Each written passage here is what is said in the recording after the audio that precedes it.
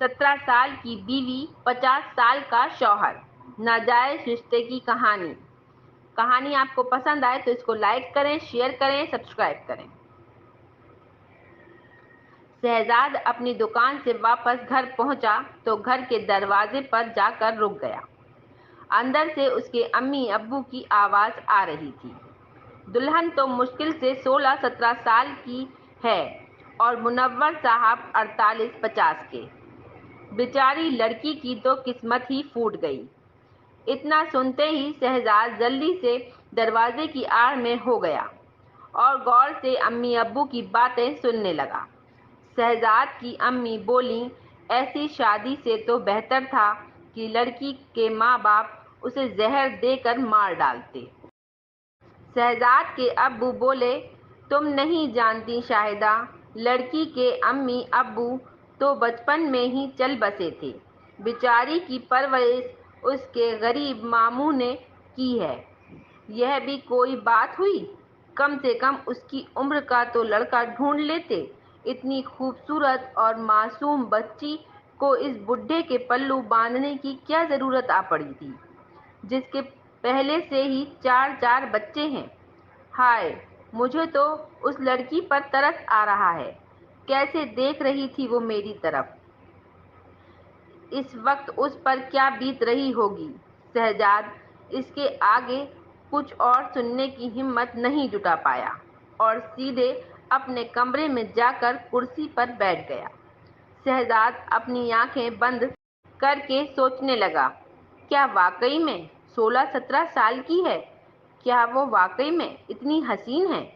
اگر وہ اتنی خوبصورت لگتی ہے تو منور صاحب کی کمزور آنکھیں اس کے حسن کی چمک کیسے برداشت کر پائیں گی؟ یہی سوچتے سوچتے اس کا سر چکرانے لگا اور کرسی سے اٹھ کر کمرے میں ٹہلنے لگا۔ تھوڑی دیر بعد شہزاد کی امی کھانا دے کر چلی گئیں، مگر اس نے کھانا نہیں کھایا۔ بڑی مشکل سے وہ تھوڑا سا پانی پی کر بستر پر لیٹ گیا۔ اسے نیند بھی نہیں آئی۔ رات بھر کروٹیں بدلتے ہوئے وہ نہ جانے کیا کیا سوچتا رہا۔ صبح ہوئی تو شہزاد برش کرتے ہوئے چھت پر چڑھ گیا اور بے قراری سے ادھر ادھر گھومتے ہوئے منور صاحب کے آنگن میں جھانکنے لگا۔ کچھ ہی دیر میں منور صاحب کے آنگن میں ایک پری جیسی لڑکی دکھائی دی۔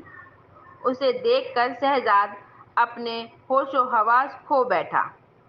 پھر اس کی خوبصورتی کو نہارنے لگا۔ اس خوبصورت لڑکی کی نگاہیں اوپر گئی تو وہ شہزاد کو دیکھ کر چھپ گئی، لیکن شہزاد اس کا معصوم چہرہ آنکھوں میں لیے دیر تک اس کے خیالوں میں ڈوبا رہا۔ اس کی دھڑکن تیز ہو گئی تھی اور دل میں اس پری کے لیے چاہت امڑ پڑی۔ وہ پھر سے اس پری کو دیکھنا چاہتا تھا، پر وہ نظر نہیں آئی۔ اب تو یہ سلسلہ روز چلنے لگا۔ شہزاد روز صبح چھت پر چڑھ جاتا اور وہ پری آنگن میں آتی۔ اس کی نگاہ شہزاد کی نگاہ سے ٹکراتی، پھر وہ شرما کر چھپ جاتی۔ لیکن ایک دن شہزاد کو دیکھ کر اس کی نگاہ جھکی نہیں، وہ بھی شہزاد کو دیکھتی رہی اور شہزاد بھی اسے دیکھتا رہا۔ پھر ان کے چہرے پر مسکراہٹ پھوٹنے لگی۔ اب دونوں کے بیچ صرف باتیں ہونی باقی تھیں۔ اس کے لیے شہزاد کو زیادہ انتظار نہیں کرنا پڑا۔ منور صاحب صبح صبح گھر سے نکلتے اور شام کو ہی لوٹتے تھے۔ ان کے بچے بھی اسکول جاتے تھے۔ گھر میں کیول منور صاحب کی بزرگ ماں رہ جاتی تھیں، جنہیں نہ تو ٹھیک سے دکھائی دیتا تھا اور نہ ہی سنائی۔ ایک دن اس پری کا اشارہ پا کر شہزاد سب سے نظر بچا کر گھر میں گھس گیا تو شہزاد کو بڑے پیار سے اپنے کمرے میں لے گئی اور پلنگ پر بیٹھنے کا اشارہ کر کے خود بھی بیٹھ گئی۔ تھوڑی گھبراہٹ کے ساتھ دونوں میں بات چیت شروع ہوئی۔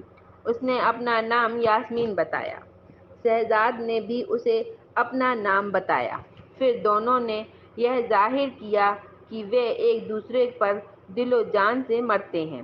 شہزاد نے یاسمین کے ہاتھوں پر اپنا ہاتھ رکھ دیا، یاسمین خاموش تھی اور اس نے خود کو شہزاد کے حوالے کر دیا۔ کچھ دیر بعد جب دونوں ایک دوسرے سے الگ ہوئے تو یاسمین اپنا دکھڑا لے کر بیٹھ گئی، جس کا شہزاد کو پہلے سے ہی اندازہ تھا۔ شہزاد نے یاسمین کو دلاسا دیا کہ اب وہ اسے کبھی دکھی نہیں ہونے دے گا۔ اس کے بعد تو اس کھیل کا سلسلہ چل پڑا۔ شہزاد اب صبح کے بجائے دوپہر کو دکان پر جانے لگا۔ وہ روز صبح 11 بجے تک منور صاحب اور ان کے بچوں کے جانے کا انتظار کرتا اور جب وہ لوگ چلے جاتے تو یاسمین کا اشارہ پا کر اس کے گھر میں چلا جاتا۔ ایک دن شہزاد منور صاحب کے بیڈ روم میں پلنگ پر لیٹا تھا۔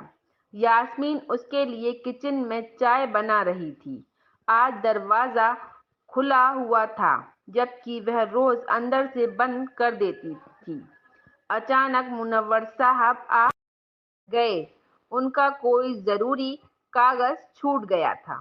شہزاد کو اپنے پلنگ پر آرام سے پسرا دیکھ منور صاحب کے تن بدن میں آگ لگ گئی، مگر انہوں نے صبر سے کام لیا اور الماری سے کاغذ نکال کر چپ چاپ کچن میں چلے گئے اور یاسمین سے پوچھا کہ شہزاد یہاں کیا کر رہا ہے۔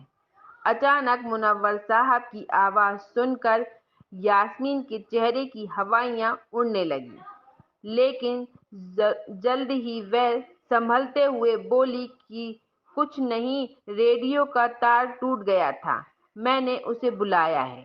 منور صاحب پھر کچھ نہ بولے اور چپ چاپ گھر سے باہر نکل گئے۔ منور صاحب کے جانے کے بعد ہی یاسمین کی جان میں جان آئی۔ شہزاد ابھی تک پلنگ پر سہما ہوا بیٹھا تھا۔ شہزاد نے پوچھا، منور صاحب چلے گئے کیا؟ ہاں، یاسمین نے کہا۔ لگتا ہے انہیں شک ہو گیا ہے، یاسمین فکر میں ڈوبتے ہوئے بولی۔ تو شہزاد نے کہا، کچھ نہیں ہوگا۔ اچھا، اب مجھے چلنا چاہیے۔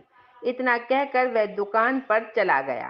اس کے بعد انہوں نے کچھ دنوں تک ملنے سے پرہیز کیا، لیکن پھر سے یہ کھیل چل پڑا۔ سالوں سال تک چلتا رہا۔ اسی دوران یاسمین کو 2 بچے بھی ہو گئے۔ ایک دن منور صاحب کافی غصے میں گھر میں داخل ہوئے۔ کسی نے یاسمین کے بارے میں شکایت کی تھی۔ یاسمین کو دیکھتے ہی منور صاحب پر برس پڑے۔ کیا سمجھتی ہو اپنے آپ کو؟ آج کے بعد اگر شہزاد یہاں آ گیا تو اسے زندہ نہیں چھوڑوں گا۔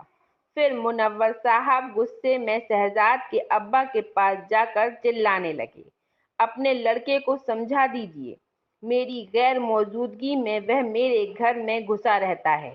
آج کے بعد اسے وہاں دیکھ لیا تو اسے گولی مروا دوں گا۔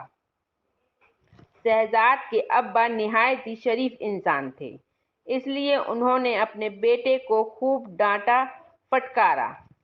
اس کا نتیجہ یہ ہوا کہ ایک دن شہزاد نے منور صاحب کو راستے میں روکا اور کہا کہ ابا سے کیا کہا، تم مجھے گولی مار دو گے؟ تم کیا مجھے مارو گے؟ میں تمہیں زندہ نہیں چھوڑوں گا۔ شہزاد نے منور صاحب کا گریبان پکڑ کر ان کو دھمکی دی۔ اس کے بعد نہ تو منور صاحب نے شہزاد کو گولی مروائی اور نہ ہی شہزاد نے منور صاحب سے کچھ کہا۔ دھیرے دھیرے بات پرانی ہو گئی۔ جسم کا گندا کھیل بند ہو گیا، لیکن آنکھوں کا کھیل جاری رہا اور شہزاد انتظار کرتا رہا یاسمین کے بلاوے کا۔ پر یاسمین نے اسے پھر کبھی نہیں بلایا۔ ہاں، اس نے ایک خط ضرور شہزاد کو بھجوا دیا، جس میں لکھا تھا، تم تو جانتے ہی ہو میں کس مجبوری میں اس آدمی سے بیاہی گئی تھی۔ اگر یہ بھی مجھے چھوڑ دے گا تو پھر مجھے کون اپنائے گا؟ اب میرے بچے بھی ہیں، انہیں کون سہارا دے گا؟ یہ سب سوچ کر ڈر سا لگتا ہے۔